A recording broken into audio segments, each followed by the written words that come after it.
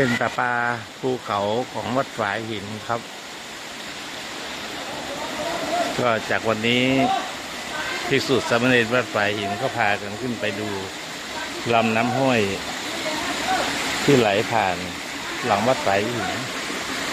ไม่ใช่สิข้างวัดฝายอีกครั้งหนึ่งนะครับก็สามารถที่จะต่อแป๊บต่อท่อลงมาใช้ได้ภายในวัดได้อีกตอนนี้กำลังช่วยกันล้างถังครับซึ่งแต่ละปีนั้นเราก็ล้างกันทุกปีเพราะว่าจะเป็นตะกอนต่างๆเศษนะจะเป็นทรายหินก็เล็กๆติดมาด้วยกับอยู่ก้นถัง